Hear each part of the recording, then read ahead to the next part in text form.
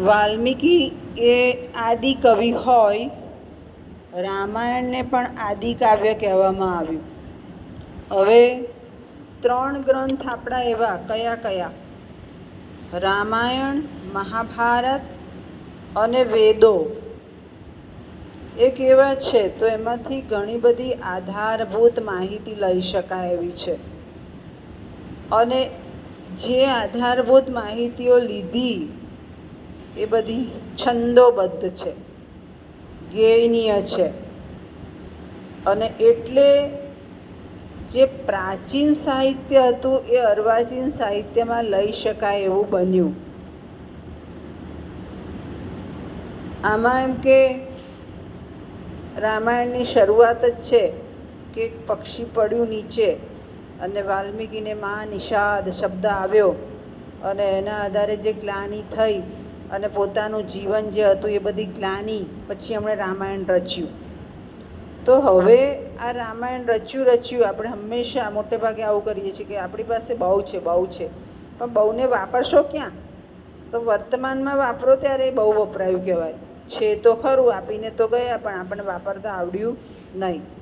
તો પછી એમાંથી જે રામાયણમાંથી બીજા સાહિત્ય બન્યા એ સાહિત્ય રામાયણનું સ્વરૂપ સાચવી રાખવાનો પ્રયત્ન કર્યો છે. અને એમાં કાલિદાસે આપ્યું આપણને રઘુવંશ, રઘુરાજાની વંશાવલી મહાકાવ્ય.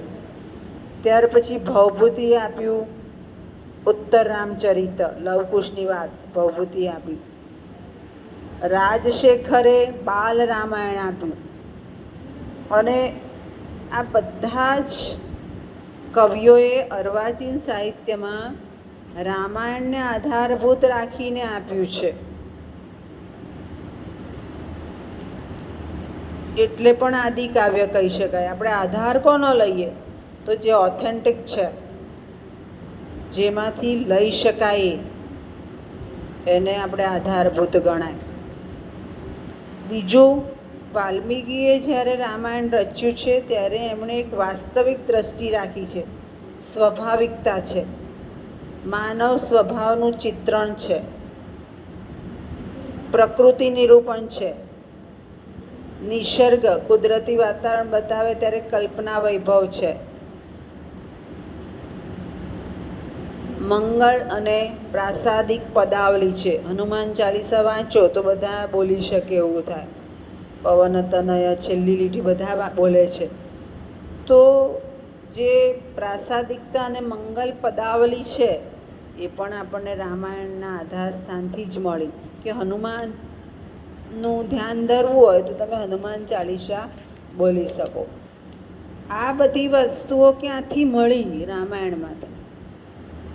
ત્યાર પછી અત્યારનું સાહિત્ય જોઈએ તો મમ્મટે કાવ્ય રચતી વખતે 2 બાબતો ધ્યાનમાં રાખવી એમ કહ્યું. કોઈ કાવ્ય લખો છો, કોઈ 2-3 શબ્દો શ્લોક કે કંઈ લખો છો જાતે? નહીં. થોડો પ્રયત્ન કરવાનો આવડે. તો એમાં શું ધ્યાનમાં રાખવાનું કીધું? શબ્દ પ્રધાન અને અર્થ પ્રધાન. શબ્દ એટલે શું?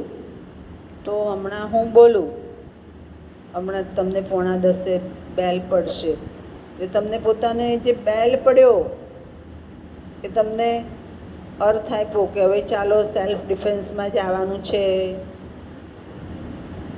શબ્દ જે થાય છે, સંભળાય છે, એ શબ્દ નથી પણ રણકાર છે, એ અર્થ આપે છે. હવે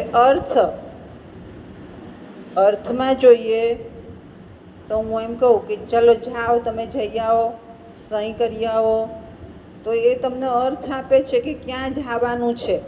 તમે જે ફોર્મ ભર્યું છે એ જગ્યાએ જવાનું છે, બીજે ક્યાંય નહીં. બીજે જાઓ છો તો તમને સમજ નથી પડતી. એટલે ત્યાં અર્થ બોલવાથી જ અર્થ મળી જાય છે કે જાઓ અને તમારું કામ પૂરું કરી આવો. એટલે શબ્દ પ્રધાન અને અર્થ પ્રધાન હોય એની સાથે રસ પણ થવો જોઈએ.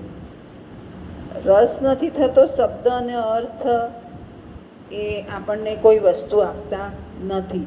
માત્ર આપણે શબ્દ અને અર્થ વાપરી દઈએ છીએ પણ રસ મળતો નથી. હવે રસ જાળવવા શું કરવું? તો આધુનિક સાહિત્યમાં મમ્મટે બતાવ્યું છે કે રસ જાળવવો હોય તો કાંતા સંમિતોપદેશ.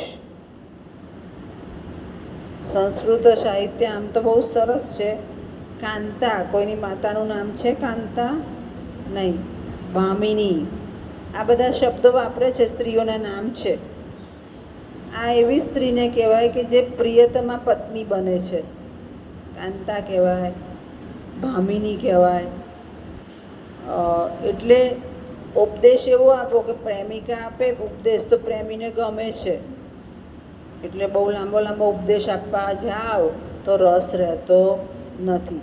અને આ બધી વસ્તુઓ વળી પાછી આપણે જોઈએ, આ કાવ્ય તત્વ ક્યાં રહેલું છે? રામાયણમાં રહેલું છે. સુંદરકાંડ, સુંદરકાંડ સાંભળ્યું છે ક્યારેક? ગવાતું 2 કલાક જેવું ગવાય, પણ જે ગવાય એમાં તમે પણ મંત્રમુગ્ધ થાઓ. તમને આપે એ ચોપડી, જ્યાં ગવાતું હોય ત્યાં ચોપડીઓ પણ આપે છે. અને તમે માત્ર 10 મિનિટ ગાઓ ને તો પણ તમને ગમે. ભલે તમે સંસ્કૃત વાંચી ન શકો, બોલી ન શકો, પણ એ ગાતા હોય ગેયનીય, છંદબદ્ધ, એટલે તમે પણ એ થોડું થોડું તો ક્યાંક મિસ થાય, બાકી ગાઈ શકો. એટલે જે કવિતાનું તત્વ છે એ ખાલી મેં સુંદરકાંડના આધારે સમજાવ્યું. રામાયણમાં સંપૂર્ણપણે કવિતાનું તત્વ રહેલું જોવા મળે છે. અને એ કવિતા કેવી? તો આપણને રસાસ્વાદ આપે એવી. અને આ જે રામાયણ છે એ વાલ્મીકીએ આદિકવિએ આપ્યું. અને આટલી બધી વસ્તુઓ આદિકાવ્ય રામાયણમાં રહેલી છે કે જે આપણે અર્વાચીન સાહિત્યમાં પણ જોઈ શકીએ છીએ. ખ્યાલ આવી ગયો? સમજ પડી ગઈ?